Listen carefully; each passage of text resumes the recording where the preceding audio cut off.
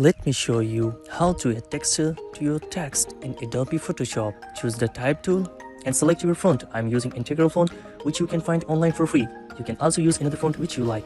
Write your text, press Ctrl A to select all, and align your text to center horizontally and vertically. Press Ctrl D to deselect all. Drag your texture photo on text. You can also download these images from link in the description. Scale it with holding Shift button.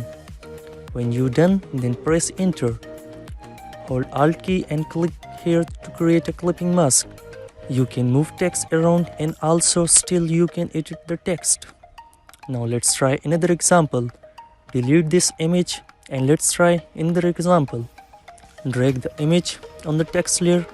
Select all to create a clipping mask. That's all. Hope you enjoyed this tutorial.